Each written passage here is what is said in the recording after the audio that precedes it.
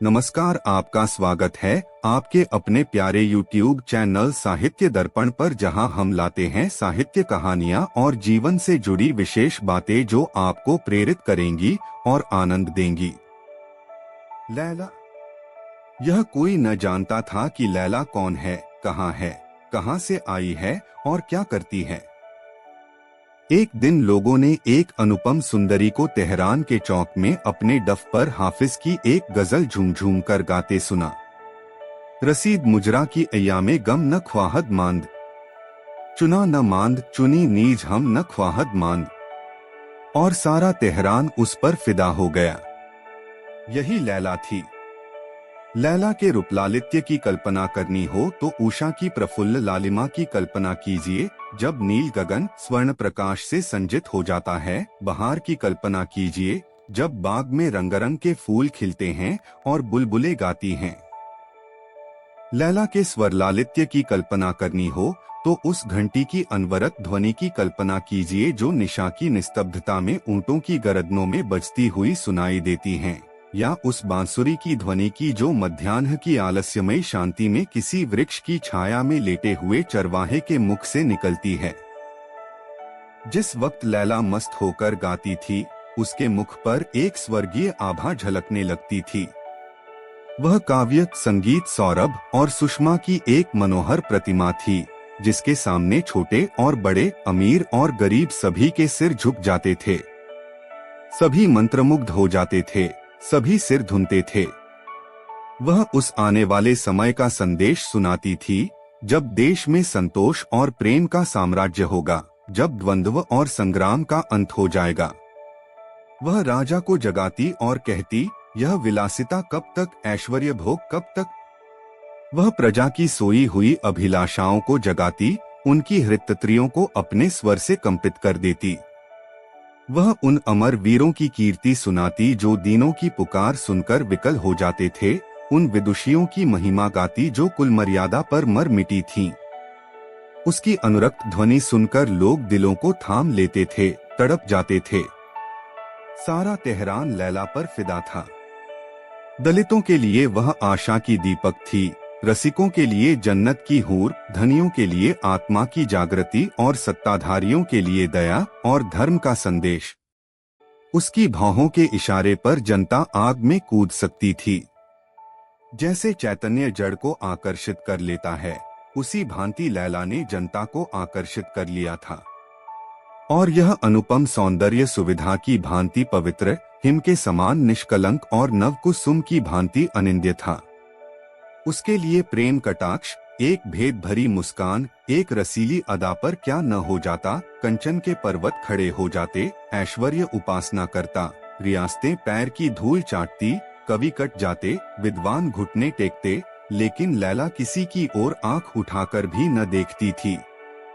वह एक वृक्ष की छाह में रहती भिक्षा मांग कर खाती और अपनी हृदय वीणा के राग अलापती थी। वह कवि की सूक्ति की भांति केवल आनंद और प्रकाश की वस्तु थी, भोग की नहीं। वह ऋषियों के आशीर्वाद की प्रतिमा थी, कल्याण में डूबी हुई, शांति में रंगी हुई। कोई उसे स्पर्श न कर सकता था, उसे मोल न ले सकता था। एक दिन संध्या समय तेहरान का घोड़े पर सवार उधर से निकला। लैला गा रही थी। नादिर ने घोड़े की बाग रोक ली और देर तक आत्मक विस्मृत की दशा में खड़ा सुनता रहा। गजल का पहला शेर यह था, मरा दर्देस्त अंदर दिल गोयम जवा सोजद, बगैर दम दरक्षम तरसन की मगजी इस्तख्वा सोजद। फिर वह घोड़े से उतरकर वहीं जमीन पर बैठ गया और सिर झुकाए रोता रहा। तब वह उठा और लैला के पास जाकर उसके कदमों पर सिर रख दिया। लोग अदब से इधर उधर हट गए।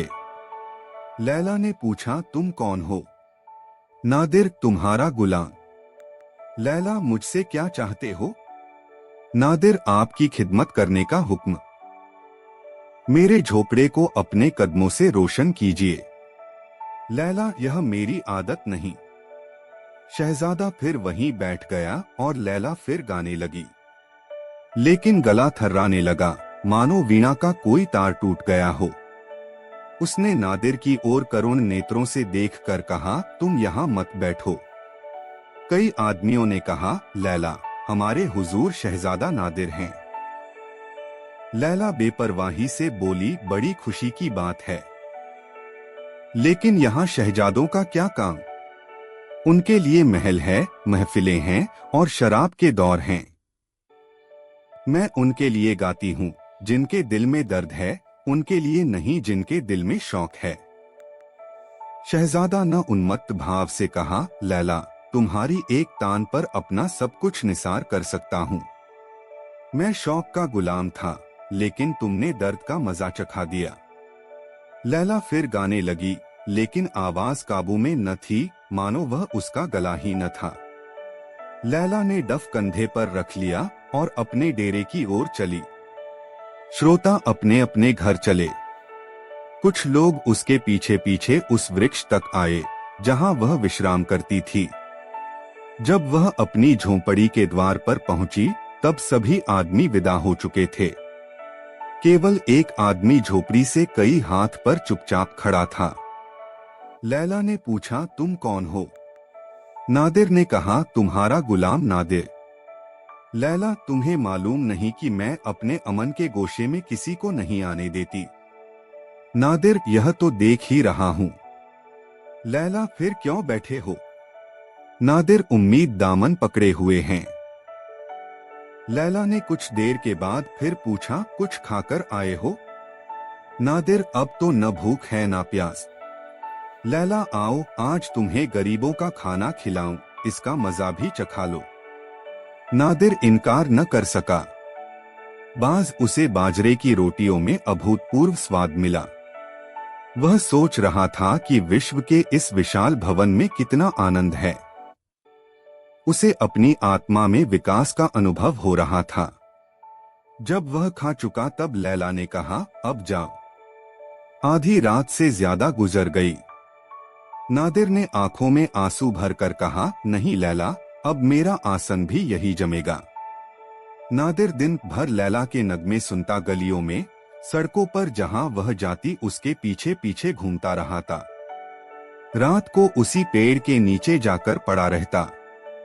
बादशाह ने समझाया, मलका ने समझाया, उमर ने मिन्नतें की, लेकिन नादिर के सिर से लैला का सौदा न गया। जिन हालों लैला रहती थी, उन हालों वह भी रहता था।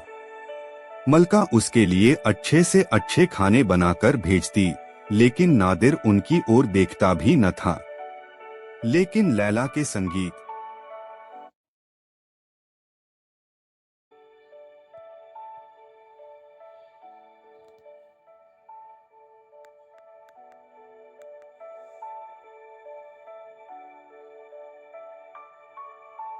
में जब वह क्षुधा न थी, वह टूटे हुए तारों का राग था, जिसमें न वह लोच था, न वह जादू, न वह असर।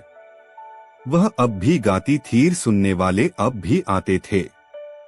लेकिन अब वह अपना दिल खुश करने को गाती थी और सुनने वाले विह्वल होकर नहीं, उसको खुश करने के लिए आते थे। इस तरह 6 महीने गुजर गए। एक दिन लैला गाने न गई। नादिर ने कहा, क्यों लैला, आज गाने न चलोगी? लैला ने कहा, अब कभी न जाऊंगा। सच कहना, तुम्हें अब भी मेरे गाने में पहले ही कासा मजा आता है। नादिर बोला, पहले से कहीं ज्यादा। लैला, लेकिन और लोग तो अब पंसद नहीं करते। नादिर, हाँ, मुझे इसका ताज्जुब है। लैला, ताज्जुब की बात नहीं। पहले मेरा दिल खुला हुआ था, उसमें सबके लिए जगह थी। वह सबको खुश कर सकता था। उसमें से जो आवाज निकलती थी, वह सबके दिलों में पहुंचती थी। अब तुमने उसका दरवाजा बंद कर दिया। अब वहां तुम्हारे सिवा और किसी के काम का नहीं रहा। चलो, मैं तुम्हारे पीछे पीछे चलूंगी। आज से तुम मेरे मालिक होती हूँ। चलो, मैं तुम्हारे पीछे पीछे चलूंगा। आज से तुम मेरे मालिक हो। थोड़ी सी आग लेकर इस झोपड़ी में लगा दो। इस डफ को उसी में जला दूंगी। तेहरान में घर घर आनंदोत्सव हो रहा था। आज शहजादा नादिर लैला को ब्याह कर लाया था।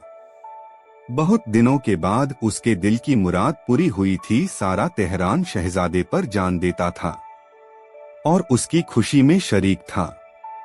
बादशाह ने तो अपनी तरफ से मुनादी करवा दी थी कि इस शुभ अवसर पर धन और समय का अपव्यय न किया जाए। केवल लोग मस्जिदों में जमा होकर खुदा से दुआ मांगे कि वह और बधू चिरंजीवी हो और सुख से रहें।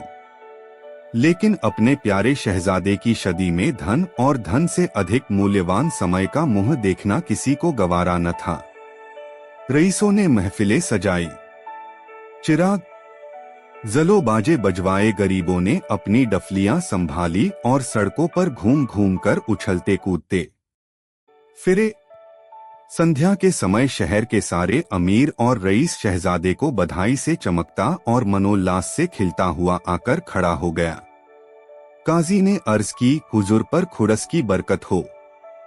हजारों आदमियों ने कहा, आमीन। शहर की ललनाएं भी लैला को मुबारकबाद देने आई। लैला बिल्कुल सादे कपड़े पहने थी, आभूषणों का कहीं नाम न था। एक महिला ने कहा, आपका सुहाग सदा सलामत रहे। हजारों कंठों से ध्वनि निकली, आमीन। कई साल गुजर गए। नादिर अब बादशाह था और लैला उसकी मलका। ईरान का शासन इतने सुचारू रूप से कभी न हुआ था।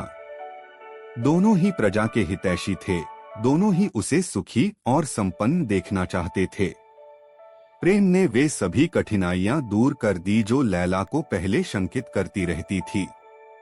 नादिर राजस्ता का वकील था, लैला प्रजा सत्ता की, लेकिन व्यावहारिक रूप से उनमें कोई भेद न पड़ता था। कभी यह दब जाता, कभी वह हट जाती। उनका दाम्पत्य जीवन आदर्श था। नादिर लैला का रुख देखता था, लैला नादिर का। काम से अवकाश मिलता तो दोनों बैठकर गाते बजाते, कभी नादियों को सैर करते, कभी किसी वृक्ष की छाव में बैठे हुए हाफिज की गजलें पढ़ते और झूमते। न लैला में अब उतनी सादगी थी, न नादिर में अब उतना तकल्लुफ था। नादिर का लैला पर एकाधिपत्य था जो साधारण बात न थी। जहां बादशाहों की महलसरा में बेगमों के मोहल्ले बसते थे, दर्जनों और कैडियों से उनकी गणना होती थी, वहां लैला अकेली थी। उन महलों में अब शफखाने, मदरसे और पुस्तकालय थे।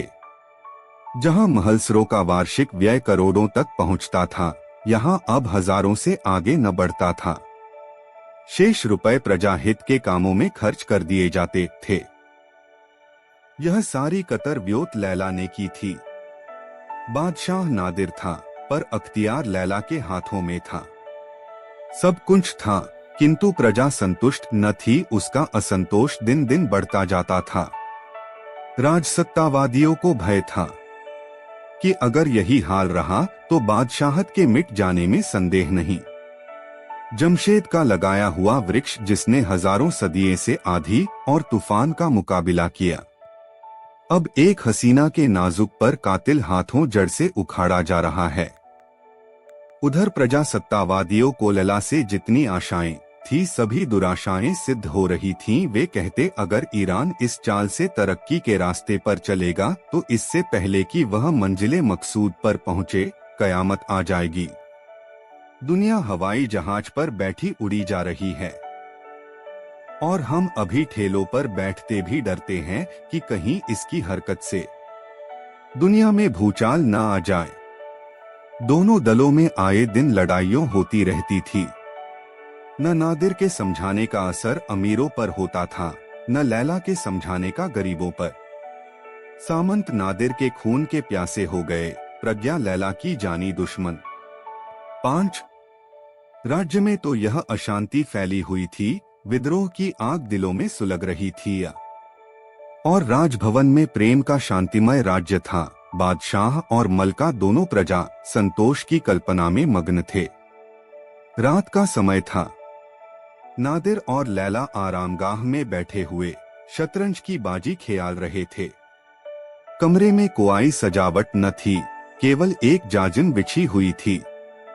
नादिर ने लैला का हाथ पकड़कर कहा, बस अब यह ज्यादती नहीं, वो तुम्हारी चाल हो चुकी। यह देखो, तुम्हारा एक प्यादा पिट गया। लैला, अच्छा यह शय आपके सारे पैदल रखे रह गए और बादशाह को शह पड़ गई। इसी पर दावा था। नादिर, तुम्हारे हाथ हारने में जो मजा है वह जीतने में नहीं। लैला, अच्छा तो गोया आप दिल खुश कर रहे हैं। शह बचाइए, नहीं दूसरी चाल में मात होती। नादिर अर्दब देकर, अच्छा अब संभल जाना, तुमने मेरे बादशाह की तौहीन की है। एक बार मेरा फर्जी उठा तो तुम्हारे प्यादों का सफाया कर देगा। लैला, संत की भी खबर है। आपको 2 बार छोड़ दिया, अब की हरगिज न छोड़ूंगी। नादिर, अब तक मेरे पास दिलराम घोड़ा है, बादशाह को कोई गम नहीं। लैला, अच्छा यह शय लाइए, अपने दिलराम को कहिए अब तो मात हुई। नादिर, हाँ जाने मन अब मात हो गई। जब मैं ही तुम्हारी आदाओं पर निसार हो गया तब मेरा बादशाह कब बच सकता था। लैला, बातें न बनाइए, चुपके से इस फरमान पर दस्तखत कर दीजिए जैसा आपने वाद किया था। यह कहकर लैला ने फरमान निकाला जिसे उसने खुद अपने मोतीके से अक्षरों से लिखा था। इसमें अन्न का आयात कर घटाकर आधा कर दिया गया था। लैला प्रजा को भूली न थी, वह अब भी उनकी हित कामना में संलग्न रहती थी। नादिर ने इस शर्त पर फरमान पर दस्तखत करने का वचन दिया था कि लैला उसे शतरंज में 3 बार मात करे।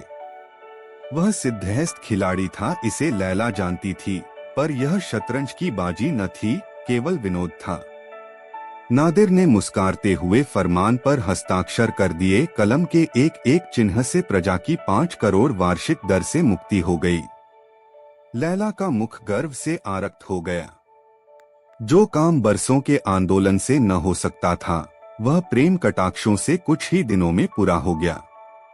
यह सोचकर वह फूली न समाती थी कि जिस वक्त वह फरमान सरकारी पत्रे में प्रकाशित हो जाएगा और व्यवस्थापिका सभा के लोगों को इसके दर्शन होंगे, उस वक्त प्रजावादियों को कितना आनंद होगा। लोग मेरा यश गाएंगे और मुझे आशीर्वाद देंगे। नादिर प्रेम मुग्ध होकर उसके चंद्रमुख की ओर देख रहा था, मानो उसका वश होता तो सौंदर्य की इस प्रतिमा को हृदय में बिठा लेता। सहसा राज्य भवन के द्वार पर शोर मचने लगा। एक क्षण में मालूम हुआ कि जनता का टीडी दल अस्त्र शस्त्र से सुसज्जित राजद्वार पर खड़ा दीवरों को तोड़ने की चेष्टा कर रहा है। प्रतिक्षण शारे बढ़ता जाता था और ऐसी आशंका होती थी कि क्रोधोन्मत्त जनता द्वारों को तोड़कर भीतर घुस आएगी। फिर ऐसा मालूम हुआ कि कुछ लोग सीढ़ियां लगाकर दीवार पर चढ़ रहे हैं। लैला लज्जा और ग्लानि से सिर झुकाए खड़ी थी, उसके मुख से एक शब्द भी न निकलता था। क्या यही वह जनता है जिनके कष्टों की कथा कहते हुए उसकी वाणी उन्मत्त हो जाती थी? यही वह अशक्त, दलित, क्षुधा पीड़ित, अत्याचार की वेदा से तड़पती हुई जनता है जिस पर वह अपने को अर्पण कर चुकी थी। नादिर भी मौन खड़ा था, लेकिन लज्जा से नहीं, क्रोध से उसका मुख तमतमा उठा था। आंखों से चिरगारियां निकल रही थी, बार बार ओठ चबाता और तलवार के कब्जे पर हाथ रखकर रह जाता था। वह बार बार लैला की ओर संतप्त नेत्रों से देखता था। जरा इशारे की देर थी, उसका हुक्म पाते ही उसकी सेना इस विद्रोही दल को यूं भगा देगी जैसे आंधी पतों को उड़ा देती है, पर लैला से आंखें न मिलती थी। आखिर वह अधीर होकर बोला, लैला, मैं राज सेना को बुलाना चाहता हूँ, क्या कहती हो? लैला ने दीनतापूर्ण नेत्रों से देखकर कहा, जरा ठहर जाइए, पहले इन लोगों से पूछिए कि चाहते क्या है। आदेश पाते ही नादिर छत पर चढ़ गया। लैला भी उसक पीछे पीछे ऊपर आ पहुंची। दोनों अब जनता के सम्मुख आकर खड़े हो गए। मशालों के प्रकाश में लोगों ने इन दोनों को छत पर खड़े देखा, मानो आकाश से देवता उतर आए हों। सहस्त्रों से ध्वनि निकली, वह खड़ी है लैला, वह खड़ी। यह वह जनता थी जो लैला के मधुर संगीत पर मस्त हो जाया करती थी। नादिर ने उच्च स्वर से विद्रोहियों को संबोधित किया, ए ईरान की बदनसीब रियाया, तुमने शाही महल को क्यों घेर रखा है? क्यों बगावत का झंडा खड़ा किया है? क्या तुमको मेरा और अपने खुदा का बिल्कुल खौफ किया है? क्या तुम नहीं जानते कि मैं अपनी आंखों के एक इशारे से तुम्हारी हस्ती खाक में मिला सकता हूँ? मैं तुम्हें हुक्म देता हूँ कि एक लम्हे के अंदर यहाँ से चलो जाओ, वरना कलामे पाक की कसम, मैं तुम्हारे खून की नदी बहा दूंगा।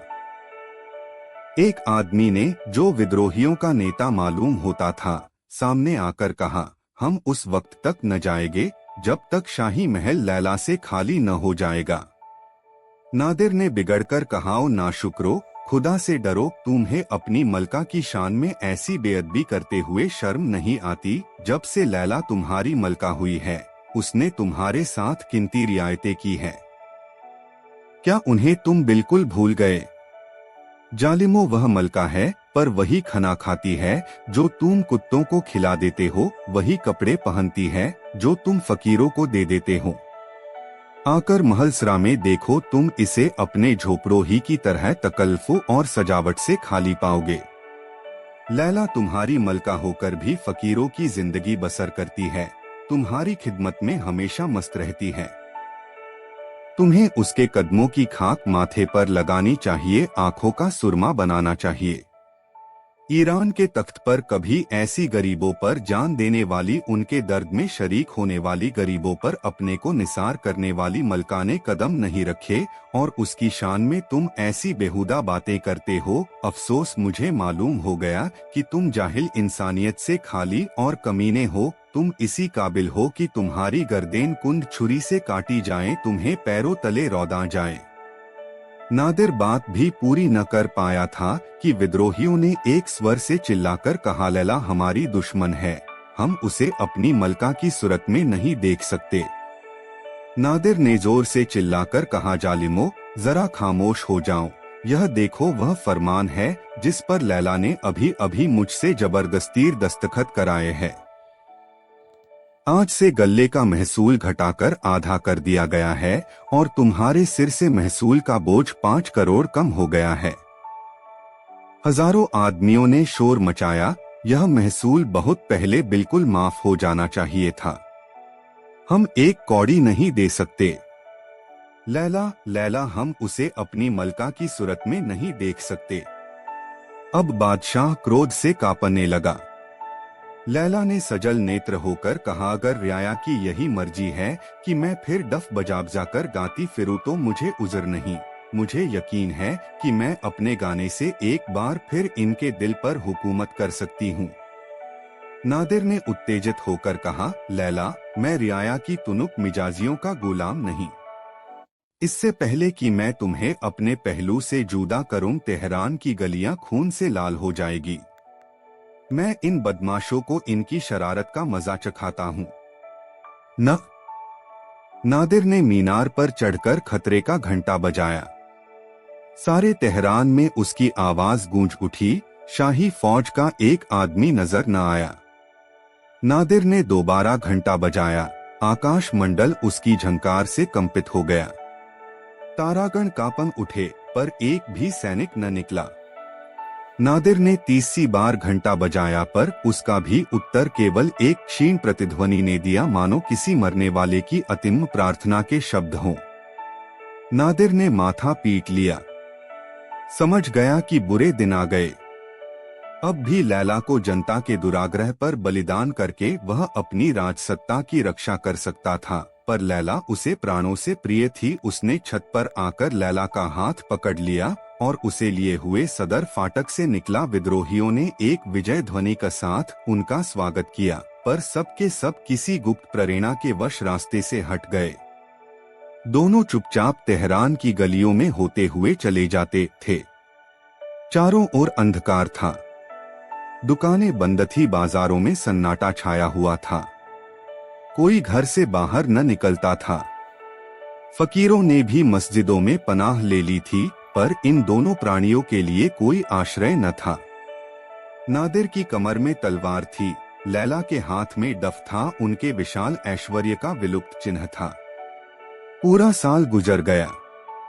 लैला और नादिर देश विदेश की खाक छानते फिरते थे।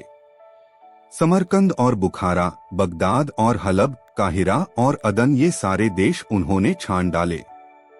लैला की डफ फिर जादू करने मेला लगी, उसकी आवाज सुनते ही शहर में हलचल मच जाती, आदमियों का मेला लग जाता, आवभगत होने लगती। लेकिन ये दोनों यात्री कहीं एक दिन से अधिक न ठहरते थे, न किसी से कुछ मांगते, न किसी के द्वार पर जाते।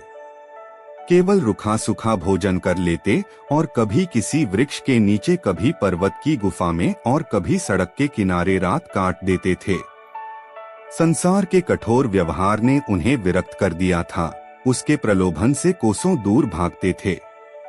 उन्हें अनुभव हो गया था कि यहाँ जिसके लिए प्राण अर्पण कर दो वही अपना शत्रु हो जाता है, जिसके साथ भलाई करो वही बुराई की कमर बांधता है। यहाँ किसी से दिल न लगाना चाहिए। उसके पास बड़े बड़े रईसों के निमंत्रण आते, उन्हें एक दिन अपना मेहमान बनाने के लिए हजारों मिन्नतें करते, पर लैला किसी की न सुनती। नादिर को अब तक कभी कभी बादशाहत की सनक सवार हो जाती थी।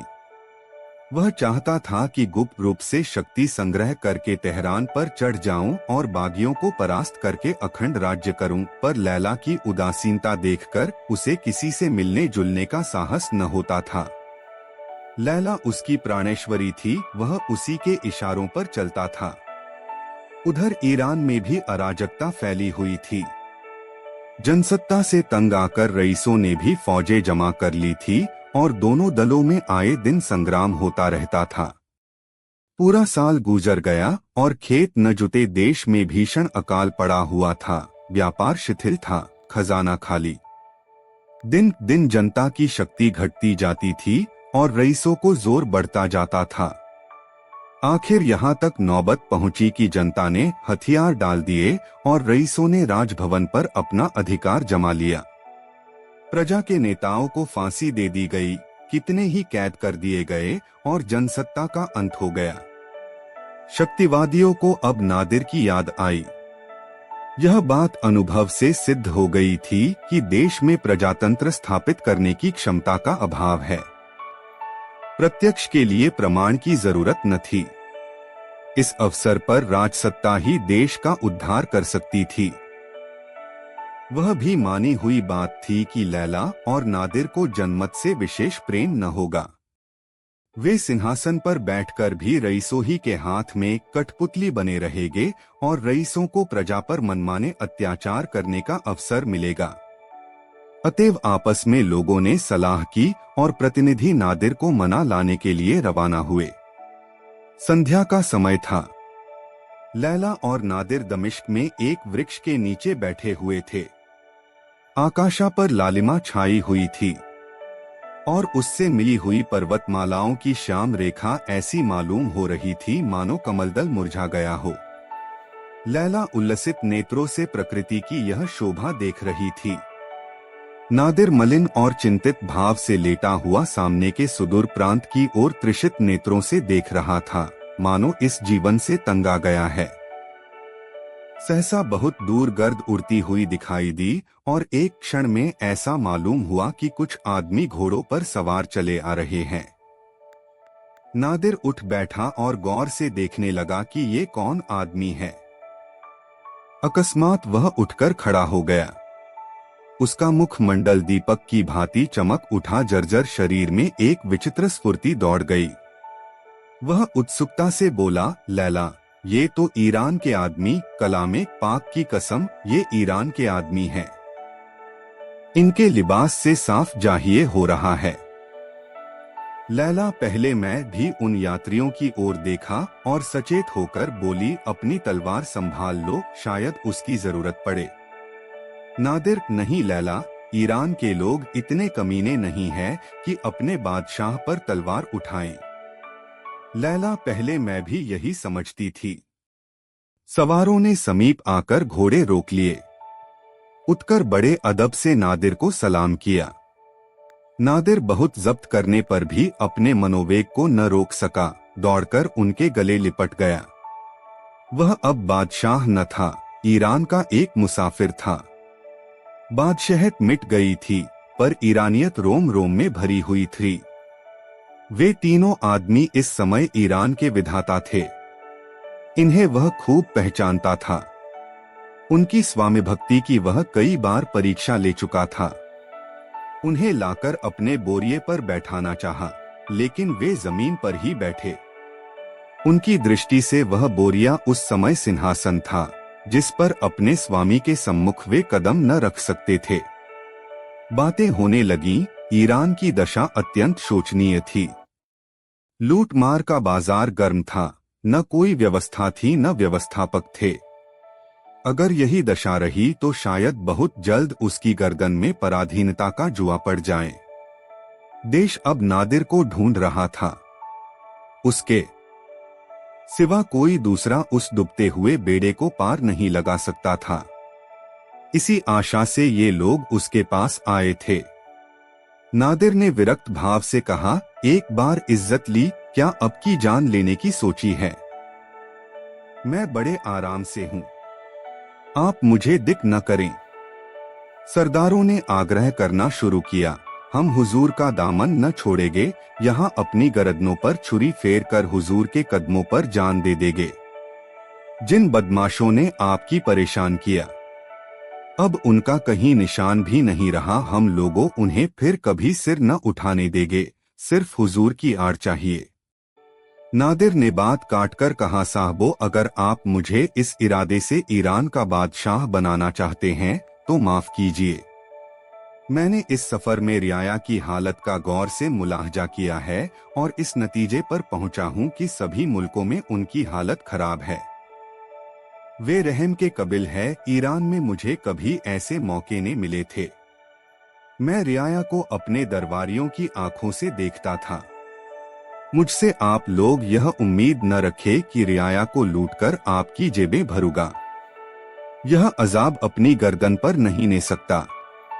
मैं इंसाफ का मीजान बराबर रखूंगा और इसी शर्त पर ईरान चल सकता हूँ। लैला ने मुस्कुराते कहा, तुम रियाया का कसूर माफ कर सकते हो क्योंकि उसकी तुमसे कोई दुश्मनी न थी। उसके दांत तो मुझे पर थे, मैं उसे कैसे माफ कर सकती हूँ? नादिर ने गंभीर भाव से कहा, लैला, मुझे यकीन नहीं आता कि तुम्हारे मुंह से ऐसी बातें सुन रहा हूँ। लोगों ने समझा अभी उन्हें भड़काने की जरूरत ही क्या है। ईरान में चलकर देखा जाएगा। 2-4 मुखबिरों से रियाया के नाम पर ऐसे उपद्रव खड़े करा देंगे कि इनके सारे ख्याल पलट जाएंगे। एक सरदार ने अर्ज की, माजल्लाह, हुजूर यह क्या फरमाते हैं? क्या हम इतने नादान हैं कि हुजूरन को इंसाफ के रास्ते से हटाना चाहेंगे? इंसाफ ही बादशाह का जौहर है और हमारी दिली आरजू है कि आपका इंसाफ ही नौशेरवां को भी शर्मिंदा कर दे।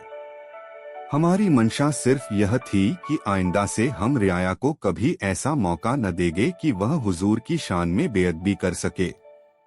हम अपनी जानें हुजूर पर निसार करने के लिए हाजिर रहेंगे। सहसा ऐसा मालूम हुआ कि सारी प्रकृति संगीतमय हो गई है। पर्वत और वृक्ष, तारे और चौंद, वायु और जल सभी एक स्वर से गाने लगे।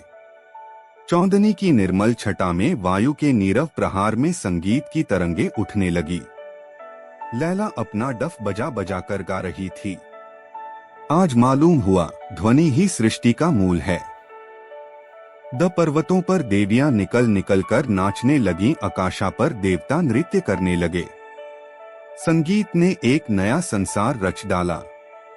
उसी दिन से जबकि प्रजा ने राजभवन के द्वार पर उपद्रव मचाया था और लैला के निर्वासन पर आग्रह किया था, लैला के विचारों में क्रांति हो रही थी। जन्म से ही उसने जनता के साथ सहानुभूति करना सीखा था।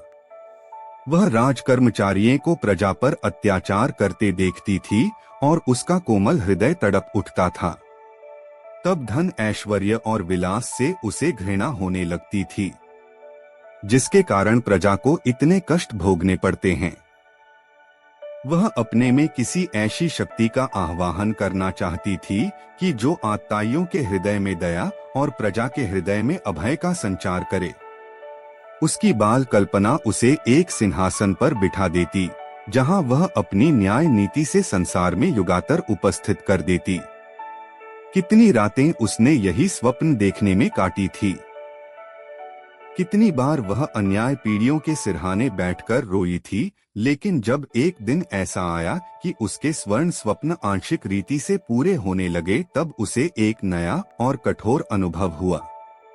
उसने देखा प्रजा इतनी सहनशील, इतनी दीन और दुर्बल नहीं है जितना वह समझती थी। इसकी अपेक्षा उसमें उछेपन, अविचार और अशिष्टता की मात्रा कहीं अधिक थी। वह सद्व्यवहार की कदर करना नहीं जानती, शक्ति पाकर उसका सदुपयोग नहीं कर सकती। उसी दिन से उसका दिल जनता से फिर गया था। जिस दिन नादिर और लैला ने फिर तेहरान में पदार्पण किया, सारा नगर उनका अभिवादन करने के लिए निकल पड़ा। शहर पर आतंक छाया हुआ था। चारों ओर करुण रुदन की ध्वनि सुनाई देती थी। अमीरों के मोहल्ले में श्री लौटती फिरती थी, गरीबों के मोहल्ले उजड़े हुए थे। उन्हें देखकर कलेजा फटा जाता था। नादिर रो पड़ा, लेकिन लैला के होठों पर निष्ठुर निर्दय हास्य छटा दिखा रहा था। नादिर के सामने अब एक विकट समस्या थी। वह नित्य देखता कि मैं जो करना चाहता हूँ वह नहीं होता, और जो नहीं करना चाहता वह होता है, और इसका कारण लैला है, पर कुछ कह न सकता था। लैला उसके हर एक काम में हस्तक्षेप करती रहती थी। वह जनता के उपकार और उद्धार के लिए विधान करता, लैला उसमें कोई न कोई विघ्न अवश्य डाल देती और उसे चुप रह जाने के सिवा और कुछ न सूझता। लैला के लिए उसने एक बार राज्य का त्याग कर दिया था, तब आपतिकाल ने लैला की परीक्षा की थी। इतने दिनों की विपत्ति में उसे लैला के चरित्र का जो अनुभव प्राप्त हुआ था वह इतना मनोहर, इतना सरस था कि वह लैलामय हो गया था। लैला ही उसका स्वर्ग थी, उसके प्रेम में रत रहना ही उसकी परम अभिलाषा थी। इस लैला के लिए वह अब क्या कुछ न कर सकता था। प्रजा की और साम्राज्य की उसके सामने क्या हस्ती थी। इसी भांति 3 साल बीत गए। प्रजा की दशा दिन दिन बिगड़ती ही गई। एक दिन नादिर शिकार खेलने गया और साथियों से अलग होकर जंगल में भटकता फिरा। यहाँ तक कि रात हो गई और साथियों का पता न चला। घर लौटने का भी रास्ता न जानता था। आखिर खुदा का नाम लेकर वह एक तरफ चला कि कहीं तो कोई गांव या बस्ती का नाम निशान मिलेगा। वहां रात भर पड़ रहूंगा, सवेरे लौट जाऊंगा। चलते चलते जंगल के दूसरे सिरे पर उसे एक गांव नजर आया, जिसमें मुश्किल से 3-4 घर होंगे। हाँ, एक मस्जिद अलबत्ता बनी हुई थी। मस्जिद में एक दीपक टिमटिमा रहा था, पर किसी आदमी या आदमजात का निशान न था। आधी रात से ज्यादा बीत चुकी थी, इसलिए किसी को कष्ट देना भी उचित न था। नादिर ने घोड़े का एक पेड़ बांध दिया और उसी मस्जिद में रात काटने की ठानी। वहां एक फटी सी चटाई पड़ी हुई थी, उसी पर लेट गया। दिन भर तक सोता रहा, पर किसी की आहट पाकर चौंका तो क्या देखता है कि एक बूढ़ा आदमी बैठा नमाज पढ़ रहा है। उसे यह खबर न थी कि रात गुजर गई और यह फजर की नमाज है। वह पड़ा पड़ा देखता रहा। वृद्ध पुरुष ने नमाज अदा कही, फिर वह छाती के सामने अजिल फैलकर दुआ मांगने लगा। दुआ के शब्द सुनकर नादिर का खून सर्द हो गया।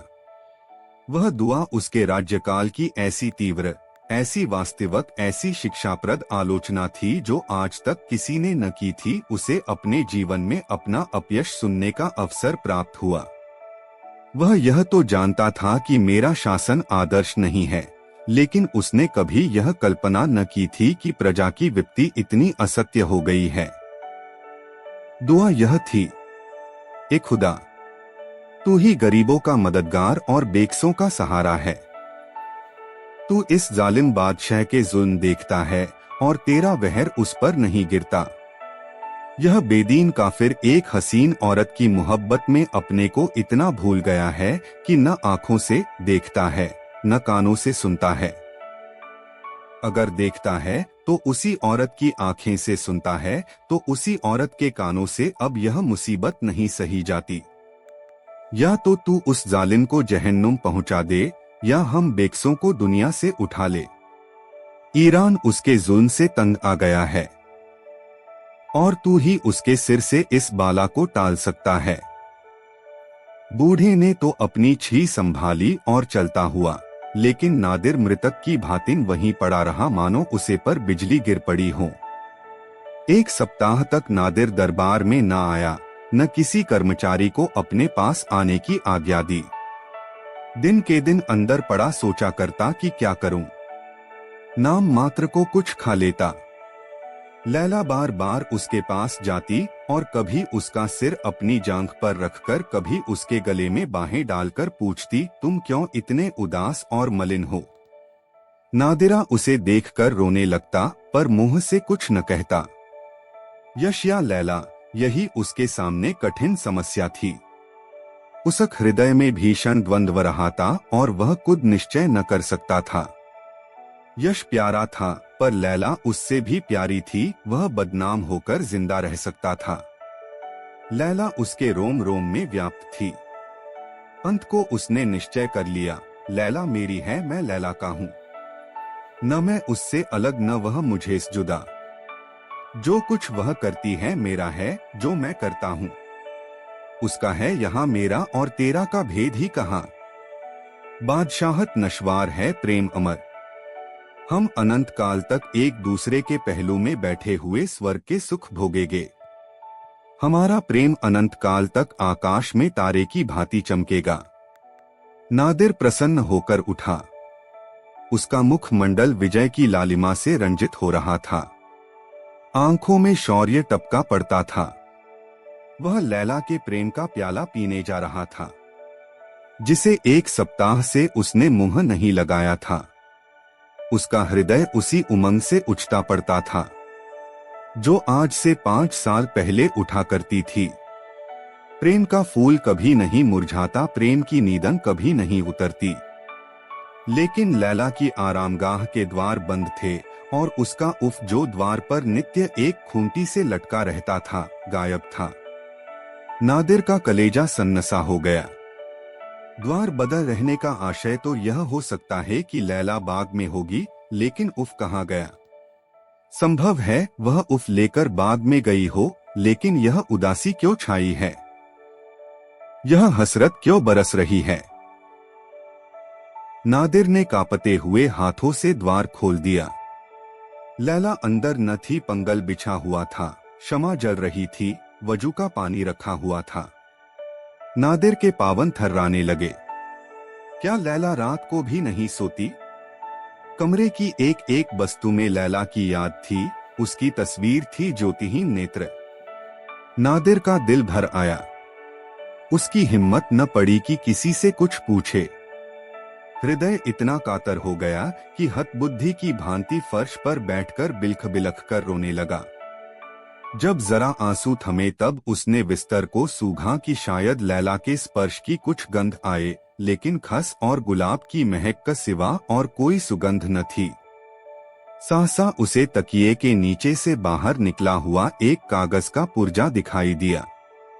उसने एक हाथ से कलेजे को संभालकर पुर्जा निकाल लिया और सहमी हुई आंखों से उसे देखा।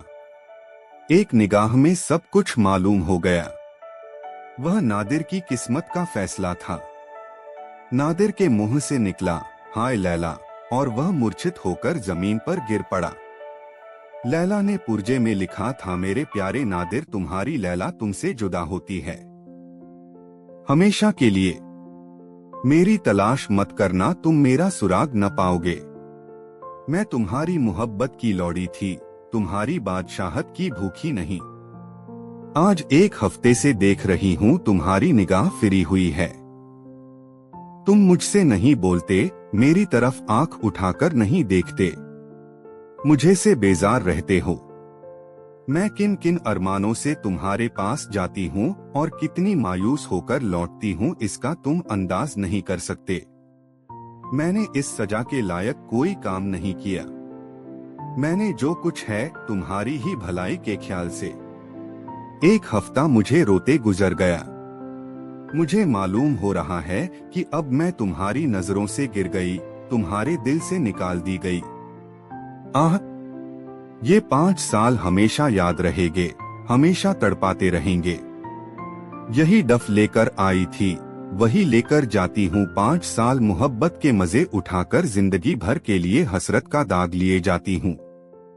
लैला मोहब्बत की लौंडी थी, जब मोहब्बत न रही तब लैला क्यों कर रहती। रुखसत।